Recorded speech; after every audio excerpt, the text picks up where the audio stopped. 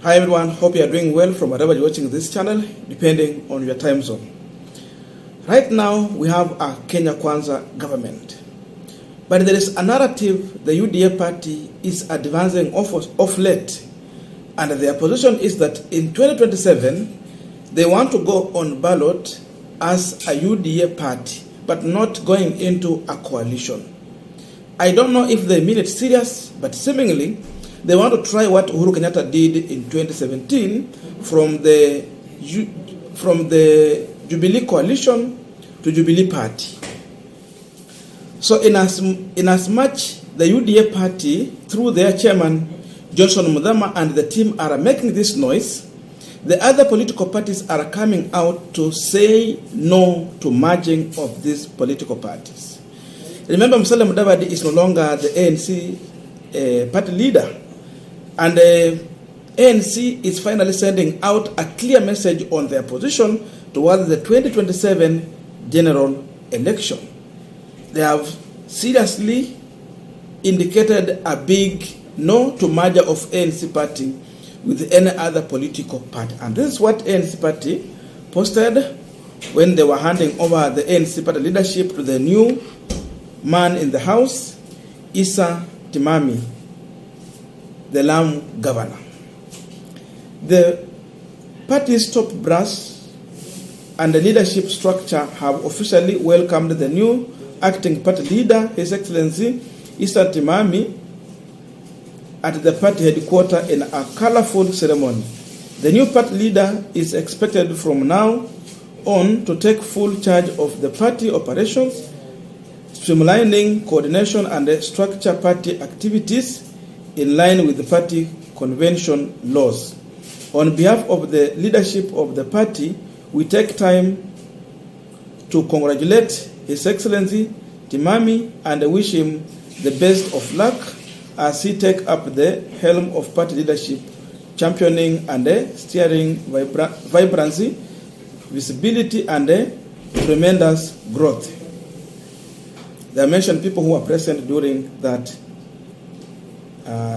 program, but I want you to listen to Issa Timami's statement indicating that ANC party is not going into any merger, and he is also explaining the way forward how ANC is going to play their card towards 2027. In fact, they are going to start recruitment and grassroots mobilization.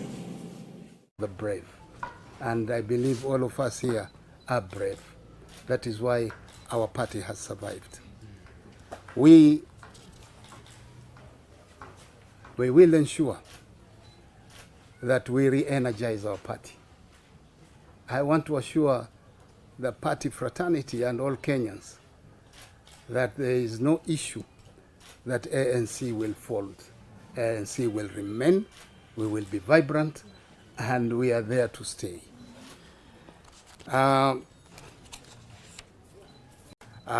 to all our party officials, I say, let us brace ourselves to our duties.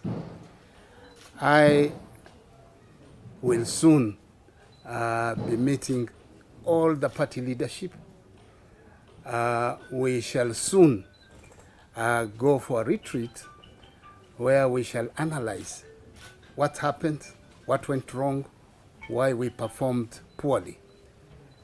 At the same time, we shall come up with a 5-year strategic plan leading to the 2027 elections. Therefore, I don't want to say much. I want you to see more action and less talk. So, ladies and gentlemen, I also want to take this opportunity to congratulate all those members who have been elected and nominated on ANC party. In particular, our CEC of Nairobi City, Bwana Mulama. I also want to congratulate our former party leader on his appointment as Prime Cabinet Secretary. And I also want to thank His Excellency, Dr. William Samoei Ruto. Now we are continuing with the panel discussion. Just a quick request for those who are watching and they are yet to subscribe, please consider subscribing. To all our channel subscribers, Anyone who drop comment, I must say thank you so much for your unconditional support. Again, I'm requesting you to give this video a thumbs up, and by the way, by giving a thumbs up is also another way of supporting our content. Thank you, and back to our discussion. Now, it is very clear that there is no way William Ruto will work with the ANC party without going into a coalition. Another thing that you need to know, if you're not aware, is that the Kenya Kwanza coalition, the owner of Kenya Kwanza coalition is Musalia Mudavadi. For your information, this coalition was registered by Musalia Mudavadi through the party leadership. So Ruto was brought in as their candidate. So going forward, it is clear that Mudavadi is thinking about beyond 2027, that is 2032 and forward. And they understand very well, without a political party, you have nowhere to go. These parties have owners, and also they have prices. So what we are seeing here is what happened, or what has been going on in the DAP party, whereby we know very well the man who has been the party leader of DAP is Wafula Wamunyinyi, but the owner of the party is Eugene Wamalwa. There's nothing can happen in the DAPK party without the knowledge of Eugene Wamalwa. So Issa Timama is a close ally of Musalia Mudavadi during the good time and bad times. I'm saying this because when Mudavadi was vying on UDF party in 2013, he was with Issa Timama. Issa Timama became the first governor of Lamu. In 2017, they lost, and of course, even Issa Timama lost, but did not move away from ANC. He was there. Then 2022 came, he's still with Musalia Mudavadi.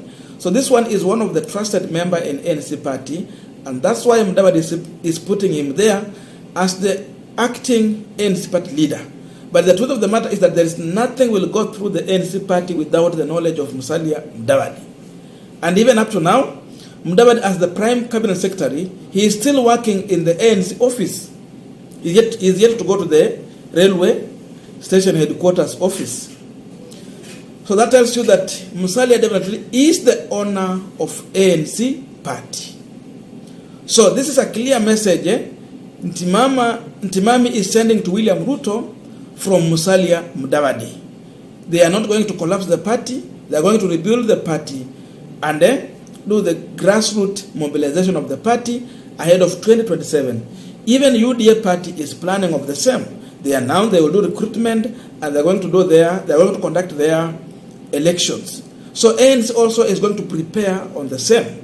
And this is a clear indication. The only way they will work together is through coalition. But again, we know what Ruto has been doing. In his campaign, Ruto has always played the reverse psychology tactic in approach to politics. Remember, he said that he will not go into village political party coalitions, and he insisted like that. But 4 months to election, we saw William Ruto ganging up with the Musalia Mudavadi and Masika Wetangula, the Ford Kenya and ANC, then UDA, founder members of the Kenya Kwanza coalition. Then he brought in other people like Alfred Mutua, the former Kwale MP, governor, who is now the Speaker of the Senate. So he teamed up with this team to make this coalition, and that is what gave William Ruto victory. Without this coalition, Ruto would have become the opposition leader as we are speaking now, and Raila will be well and clean at State House. So he might be playing the same game, but until end, he will still go into a coalition. He knows very well in Kenya, without coalition, you cannot make any political influence national-wide. That is one of the reasons why he will play this murky game, but at the end of the day, he will still go back to coalition. So that will be another thing he's playing here. Maybe he knows that he needs coalition, but he will not open his card wide for his opponent to read his mind earlier. So Mudavadi is advancing something different, but what might happen is totally different. And I can tell you, and this advice from Musalia Mudavadi, the worst mistake he can do is to merge ANC party with the UDA party. that alone will leave him, it can send him into a political oblivion as early as this. Because now in Western region, after removing ANC party, then the only party will take over Western politics, it is going to be the DAP party. That is going to be the Luhya party. And remember, our politics is still local. Therefore, our tribe matters and our political party matters from where it is originating from. So, removing ANC party to merge with anything, it is going to give an opportunity for DAP party to grow and thrive in Western politics. And that is one of the reasons why Mr. Mudavadi is afraid to merge his political party.